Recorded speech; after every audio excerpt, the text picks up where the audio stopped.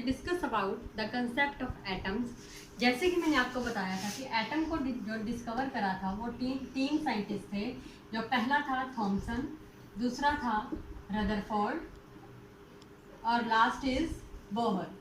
Last video में हमने Thompson और रदरफोर्ड दोनों का कंसेप्ट क्लियर कर लिया था।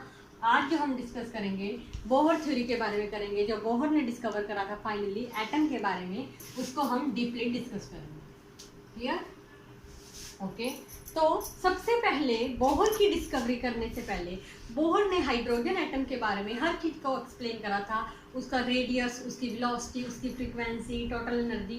बट उस सभी को एक्सप्लेन करने से पहले हम इसके कुछ पोस्टुलेट्स को डिस्कस करेंगे। तो postulates of Bohr theory of Bohr model.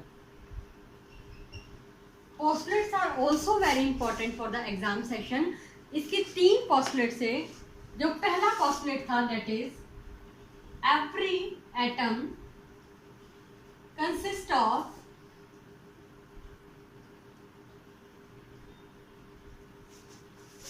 Central core called nucleus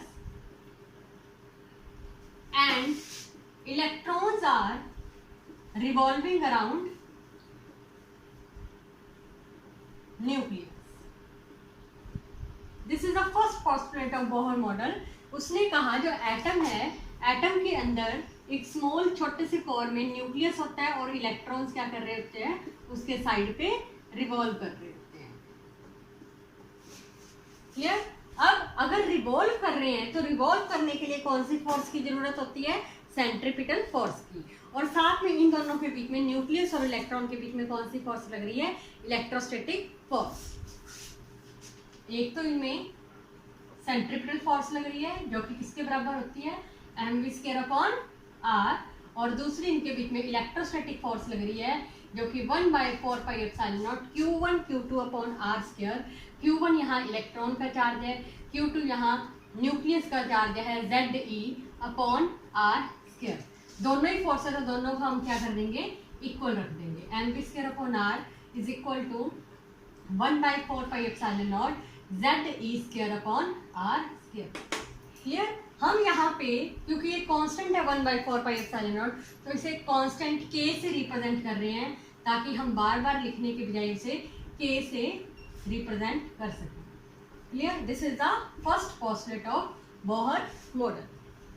clear? Second postulate की बात करें, सेकंड पोस्टुलेट में उसने बोला था the total angular momentum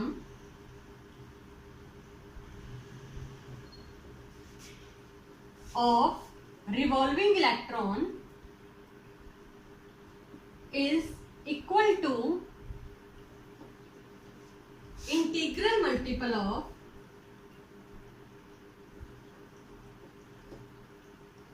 h/2π।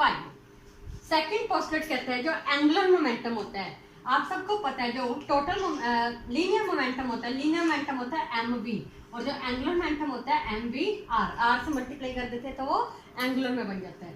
जो एंगुलर मोमेंटम होता है किसी इलेक्ट्रॉन का किसके बराबर होता है? Integral multiple of h/2π means nh/2π। n represent the integral form. Clear? यहाँ पे n क्या रिप्रेजेंट कर रहा है? कौन सा ऑर्बिट है, फर्स्ट ऑर्बिट है, सेकंड ऑर्बिट है या third, up to so on. Integral number को रिप्रेजेंट कर रहा है। ये इसका सेकंड पोस्टुलेट था। Clear? Now discuss about the third postulate, the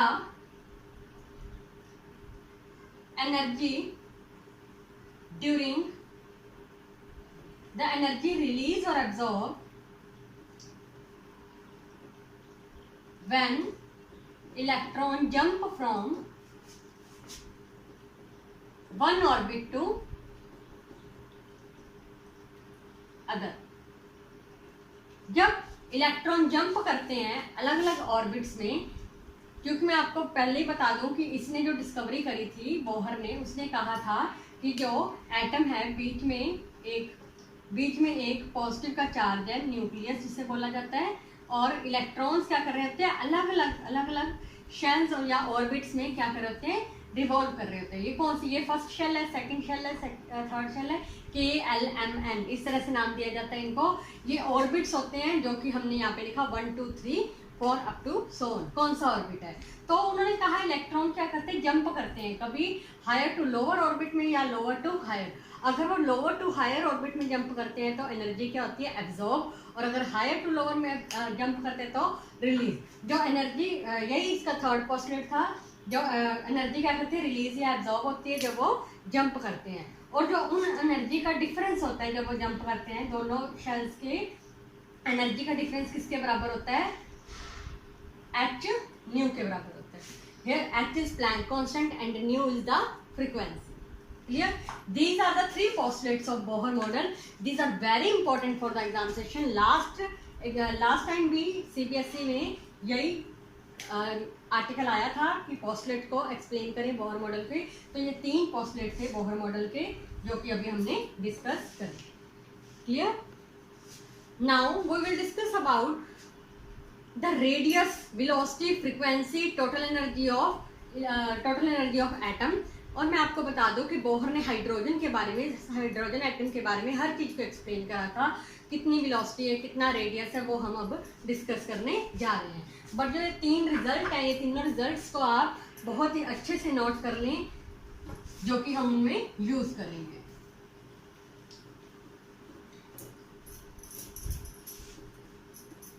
क्योंकि ये रिजल्ट हम यूज करेंगे, इसलिए इन रिजल्ट्स को मैं पहले ही साइड पे मेंशन कर देती हूँ। जो पहला रिजल्ट था अपना वो था mv²/r, जो फर्स्ट इक्वेशन थी अपनी, k z_r²।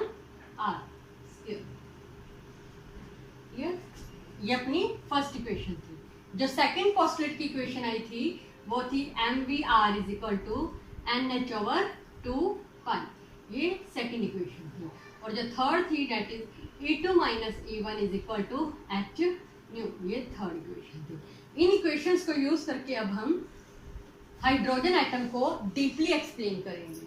सबसे पहले रेडियस ऑफ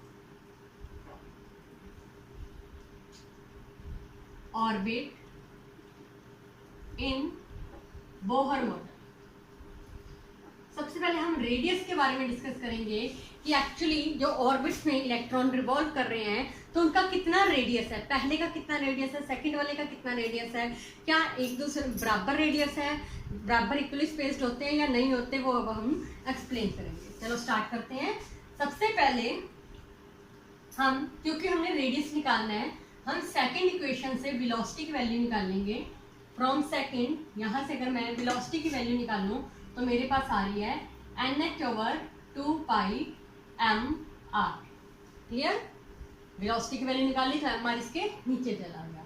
वेलोसिटी की वैल्यू निकाल के हम फिल कर देंगे फर्स्ट इक्वेशन में। Put in first equation. First equation में मैं फिल कर रही हूँ तो देखो क्या बनता है,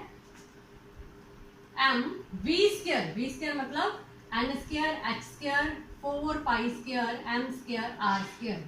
क्लियर? नीचे एक r पड़ा है तो यहाँ पे r का क्यूब बन गया, is equal to k ze²/r²। जो कट हो रही है वैल्यूज उनको कट कर देते हैं, r², ये कट गया, एक r रह गया और कुछ नहीं कट रहा। यहाँ से हमने रेडियस की वैल्यू निकालनी है, तो रेडियस की वैल्यू मेरे पास आ जाएगी, क्योंकि r ऊपर जाएगा तो आ जाएगी 1/4π²। एक m से m कट रहा है तो मेरे पास आ गया 4π² m n² h², नीचे आ जाएगा मेरे पास ze²। क्लियर? तो ये अपना रिजल्ट था किसका, रेडियस का। बट उसने क्योंकि हाइड्रोजन एटम के बारे में बोला था तो हाइड्रोजन एटम के लिए z की वैल्यू अगर मैं 1 फिल कर दूं तो मेरे पास आ जाएगा n² h² 4π² me² is equal to r। Clear? ये अपना रिजल्ट है किस चीज का, रेडियस। रेडियस आया हमारे पास हाइड्रोजन एटम का। n represent the orbit. अब आप फर्स्ट ऑर्बिट के लिए निकाल रहे हो, सेकंड ऑर्बिट के लिए निकाल रहे हो तो आप यहाँ पे n की वैल्यू 1 2 3 अलग अलग फिल कर सकते हो। H is a Planck constant, H की वैल्यू फिक्स होती है, कितनी होती है एच की वैल्यू 6.6 इंटू 10⁻⁻34 जूल सेकेंड।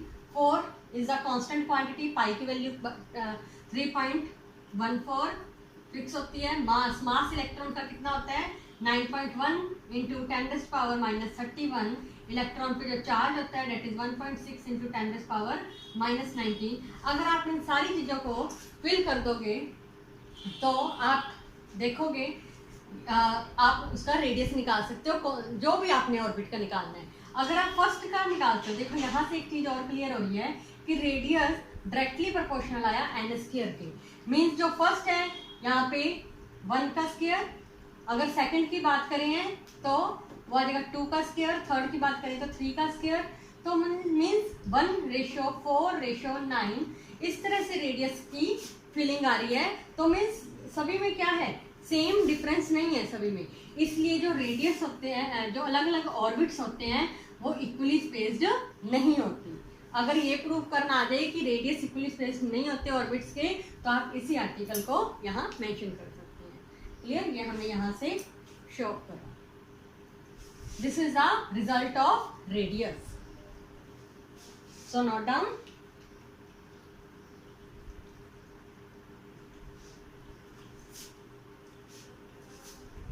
यहाँ पे एक के भी आना था,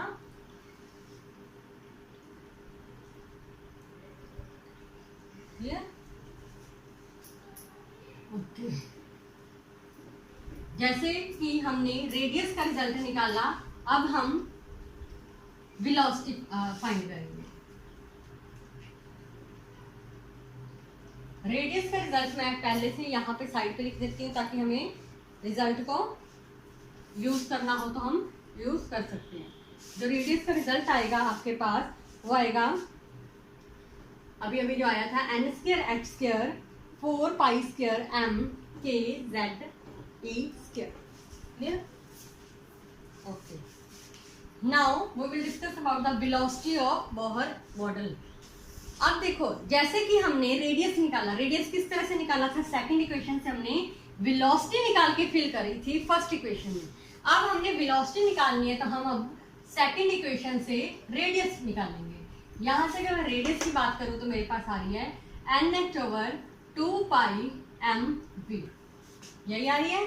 अब ये इक्वेशन हम किसमें फिल कर देंगे, put in first equation.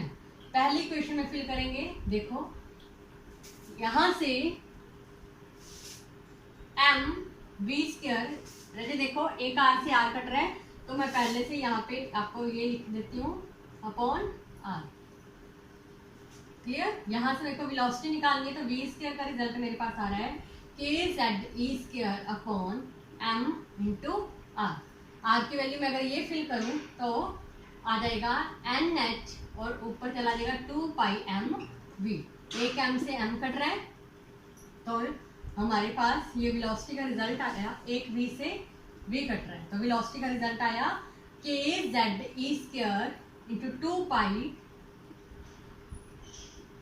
Upon NH।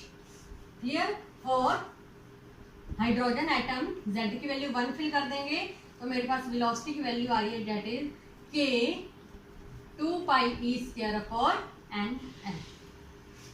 Clear, यहाँ से हम देख रहे हैं जो वेलोसिटी और इंटीग्रल नंबर है आपस में इनवर्सली प्रोपोर्शनल में आए, इसका मतलब जैसे जैसे ऑर्बिट बढ़ता जाता है, ऑर्बिट का शेल बढ़ता जाता है 1 2 3 4, उसी तरह से वेलोसिटी उसकी कम होती जाती है। इसका मतलब जो फर्स्ट ऑर्बिट है इसकी वेलोसिटी जितनी भी है और इसकी वेलोसिटी जितनी भी है, हमेशा इसकी वेलोसिटी सेकंड वाले की कम आएगी एज कम्पेयर टू फर्स्ट वाले की। क्यों, क्योंकि वेलोसिटी और जो शेल है आपस में इनवर्सली प्रोपोर्शनल है। Clear, so note down.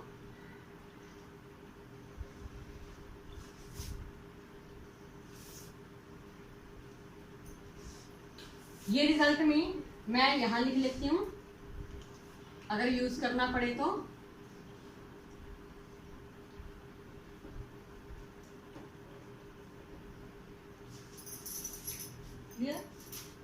Okay, now अभी तक हमने जैसे कि रेडियस और वेलोसिटी फाइंड आउट करी, अब हम इसकी फ्रीक्वेंसी कैलकुलेट करेंगे कि जो इलेक्ट्रॉन्स की फ्रीक्वेंसी होती है वो कितनी होती है। तो frequency of electrons in Bohr model, सबसे पहले फ्रीक्वेंसी होती कितनी है। यदि देखो जो फ्रीक्वेंसी की वैल्यू होती है वो अपने पास होती है, हम म्यू से रिप्रेजेंट करते हैं फ्रीक्वेंसी को, किसके बराबर होती है, r omega. Omega represent the angular velocity. ये रिजल्ट आपने 11th क्लास में कर चुके हो। तो यहां से ओमेगा क्या होता है, 2 पाई, ये वेलोसिटी का होता है, W is omega is the angular velocity, this is linear velocity, R is radius. तो ओमेगा की वैल्यू होती है 2 पाई न्यू। क्योंकि हमने फ्रीक्वेंसी निकालनी है तो न्यू की वैल्यू कितनी आ रही है मेरे पास, V/2 पाई R। क्लियर। अब वेलोसिटी की वैल्यू तो हमने फाइंड कर रखी है, तो हम यहाँ पे अगर फिल कर देंगे, यहाँ पे Z भी था, अगर मैं वेलोसिटी की वैल्यू यहाँ फिल कर दूं तो देखो क्या बन रहा है, K 2 पाई Z² NH, नीचे पड़ा था अपने पास 2 पाई R, 2 से 2 कट गया, पाई से पाई कट गया, तो अपने पास जो रिजल्ट आया KZ² NHR, ये अपने पास आया रिजल्ट फ्रीक्वेंसी का। क्लियर। अगर फॉर हाइड्रोजन एटम करें, फॉर हाइड्रोजन एटम Z की वैल्यू कितनी आ जाएगी, 1। तो यहाँ पे अगर मैं 1 फिल करती हूँ, KE² NHR, ये आपकी हाइड्रोजन एटम की फ्रीक्वेंसी आ गई। यहाँ से भी आप इसे कैलकुलेट कर सकते हैं। इलेक्ट्रॉन पे चार्ज हमें पता है, नंबर कौन से नंबर के लिए कर रहे हो, K की वैल्यू 9 × 10⁹, H प्लैंक कांस्टेंट अभी वैल्यू मैंने बताई थी 6.6 × 10⁻34, रेडियस भी आपने जो कैलकुलेट करा था, फर्स्ट ऑर्बिट क्या है या सेकंड ऑर्बिट क्या है, आप फिल करके यहाँ से फ्रीक्वेंसी को कैलकुलेट कर सकते हो। अगर फ्रीक्वेंसी और शेल का रिलेशन देखें तो यहाँ से फ्रीक्वेंसी और ऑर्बिट का भी इन्वर्सली प्रोपोर्शनल आया है। इसका मतलब जैसे जैसे ऑर्बिट बढ़ता जाता है उसकी फ्रीक्वेंसी कम होती जाती है। क्लियर। रेडियस में बढ़ता था जैसे जैसे शेल बढ़ते थे, और इंडिपेंडेंट मीन्स इक्वली स्पेस्ड नहीं होते थे, और वेलोसिटी हमेशा कम होती जाती है जैसे जैसे शेल बढ़ता जाता है, फ्रीक्वेंसी भी हमेशा कम होती जाती है। क्लियर। नाउ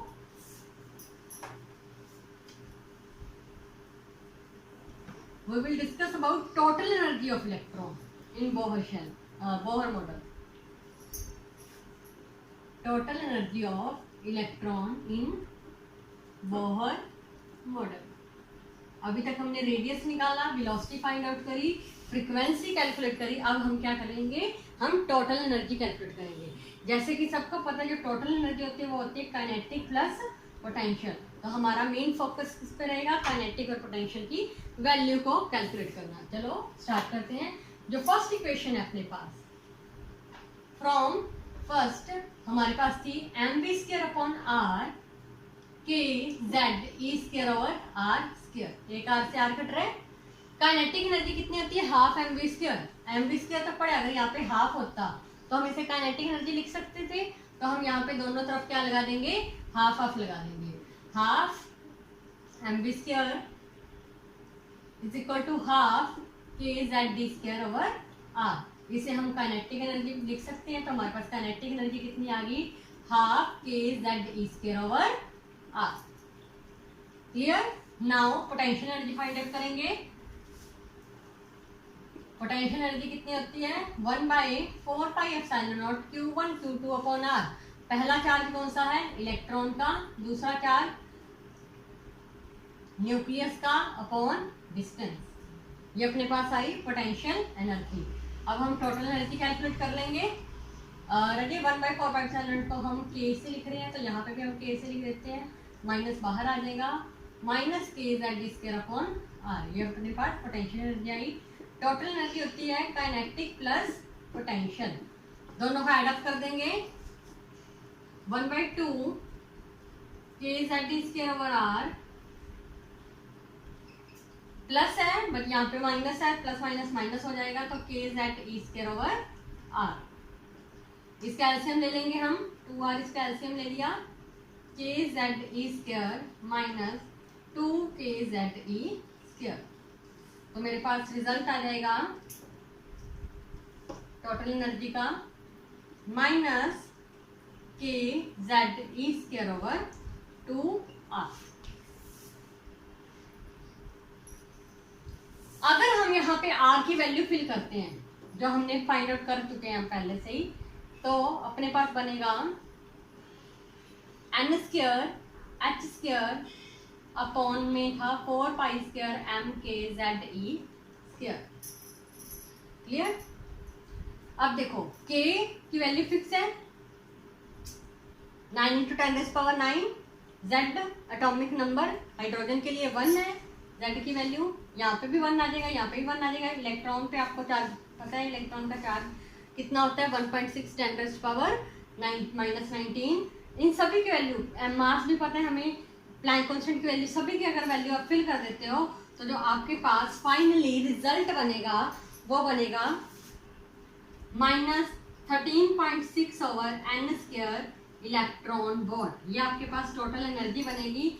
अब कभी भी आपको एक न्यूमेरिकल आ रहा है, मान लो कि आपने टोटल एनर्जी निकालनी है सेकंड शेल की, तो आप सिंपली n की वैल्यू 2 फिल करके, सेकंड शेल के लिए 2 फिल करके, जो भी है -13.6 ओवर 2 की स्क्वायर मीन्स 4 को सॉल्व करके आपका आंसर आ जाएगा। इस तरह से जो भी शेल की टोटल एनर्जी पूछी जाए आप उसे कैलकुलेट कर सकते हैं। क्लियर? आज हमने बोहर का कंसेप्ट करा। सबसे पहले 3 पोस्टुलेट करे, उसके तीनों पोस्टुलेट के रिजल्ट आए थे।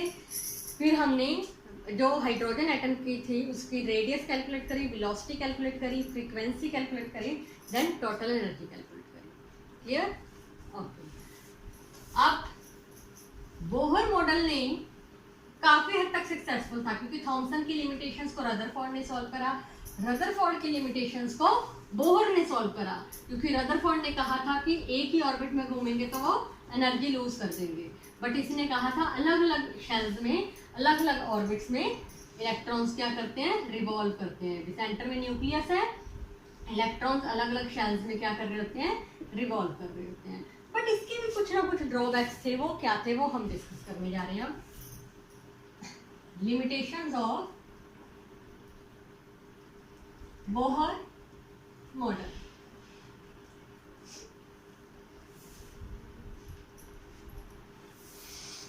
सबसे पहली लिमिटेशन इसकी थी, this model is applicable for only hydrogen atom. Actually इसने हाइड्रोजन का तो हर चीज बताई है, कितना रेडियस है, कितना वेलोसिटी है, हर एक चीज के बारे में हाइड्रोजन के कंसेप्ट को बिल्कुल अच्छे से एक्सप्लेन करा, बट बाकी एटम्स में कुछ हद तक फेल रहा। तो इसलिए ये मॉडल की ये लिमिटेशन थी कि ये हाइड्रोजन एटम के लिए ही एप्लीकेबल होता है। सेकंड था, उसने कहा the electrons are revolving in circular path, circular path में ही करते हैं, but not in elliptical.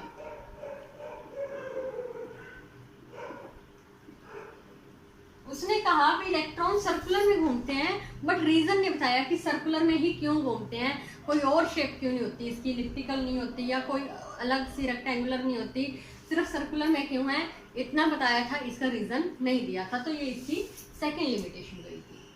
Clear? Okay. Third है इसकी limitation, it does not explain spectral lines of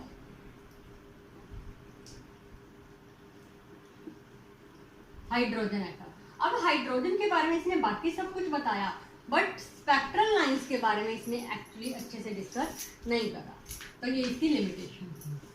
Also, it does not explain intensity of spectral lines. Spectral lines की क्या क्या intensity होती है, स्पेक्ट्रल लाइंस के बारे में आपने पढ़ा हुआ है, जो अलग अलग होती है, लाइनमैन, बाल्मर, कॉन्स्टेंट, इस तरह से उनके बारे में, इंटेंसिटी के बारे में भी इसने कुछ नहीं बताया था। तो ये इसकी कुछ लिमिटेशंस थी बोहर मॉडल की भी, ये जो हमने अभी डिस्कस करा। क्लियर? आई होप आपको बोहर मॉडल अच्छे से समझ आया हो। अगर आपकी कोई भी क्वेरी है तो प्लीज़ कमेंट बॉक्स में कमेंट करके बताएं। Thank you.